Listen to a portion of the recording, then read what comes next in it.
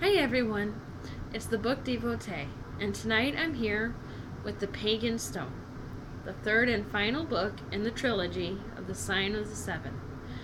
This is the story of Gage. We follow Gage and Cybill throughout the whole book as the evil that's been focusing on their town turns on them. Gage is the lone wolf of the group. He's the boy from the wrong side of the tracks, if you had to classify him. He's the gambler. He goes to Vegas. He goes to poker games. Anything that makes him money, he'll try his hand at it. Nothing illegal. All legal. He's fair. He doesn't cheat, except in solitaire. Uh, he is the type who, the small town, the people in it, they don't pull him in. That's not why he's been fighting this evil, why he comes back. The only reason he comes back is for his brothers. It's for those two that he will come back, and that is it. And now, of course, for the women in their lives, who are going to be his sisters pretty much. He grew up in the town, of course, just like the other two did, but he had a slightly sadder story. His father was abusive and a drunk. You know, he was kept on at the bowling alley under Cal's father's doing so that Gage would have a roof over his head, pretty much. But his father had no issue being abusive. He would beat him, leave marks on him, that kind of thing. He lost his mother at a very young age due to a miscarriage. Didn't even know she was pregnant. And then, he's grown up. Soon as he could get out of the town, he was out. I mean, he left as soon as he could get out. He was gone making his own way. And the only reason he came back was to help his brothers out. They've always been there for him. His brother's parents have always pretty much been his parents, really. He's had two great women stand in as mothers for him, and that's always been a thing for him. Then you have Cybill. Cybill was, she grew up in wealth, completely different side of things than him.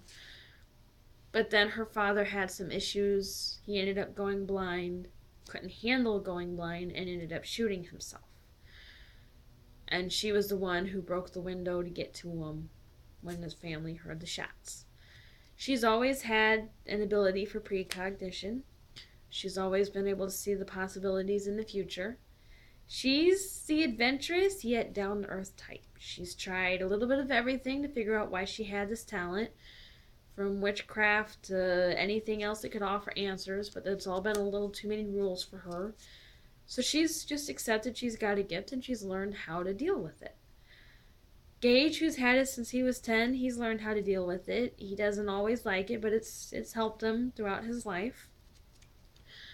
They've both watched their friends get together with the women and the men, and they see it as fate pushing them towards each other and then not really having a choice in getting together. And for both of them, it makes them twitchy, suppose. Gage isn't the settle down and get married type, or so he thinks, and neither does Cybill. They don't want to do something they're not ready for. They make the full agreement from the beginning. No, we go our own way when this is done. No seduction, nothing like that. We make our own choices whether or not fate agrees. And that's how it starts out. They rub each other the wrong way in the beginning. They both kind of misjudge each other, wrong impressions. And over time, it's fun to watch them realize that they might have been wrong about each other in the beginning. They both got the type of personality that just kind of rubs against each other, and sparks fly when that happens, and it's really fun to watch. We see more of Layla, of course. We see more of the others. We get to see her store slowly opening up more. She's picking out names and colors and stuff and getting ready for that. She's getting ready to propose to her guy, and she doesn't want the others to tell him. They're doing good. They're getting ready to fight. They've got to make a choice of where they're gonna set up, and the demon tries to make things harder for him. I mean, as always, he's been getting stronger and stronger. Now pretty much the whole town feels him. And the demon, of course, focuses on Gage, focuses on her. And they start having trouble with him. But Cybill, being as smart as she is, after a few talks to Anne Hawkins' ghost, she realizes she knows some of the answers at least. She doesn't like some of the answers, but she knows some of them. This is the book where they make their final stand.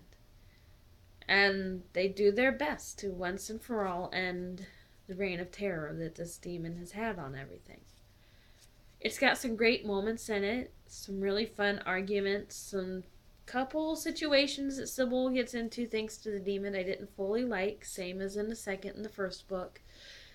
But it's written in such a way that you don't dwell on it too long because the action's so fast paced, you're going along with it before you can think about it.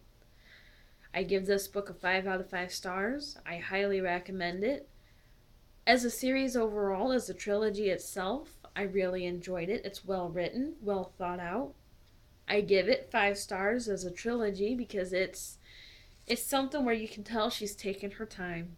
She's researched everything, and then she's brought everything together in such a way you have all these stories weaving into one awesome overall story. That is amazing. Makes a really great read, and if you're looking for something to get hooked into, I highly recommend the Sign of Seven trilogy.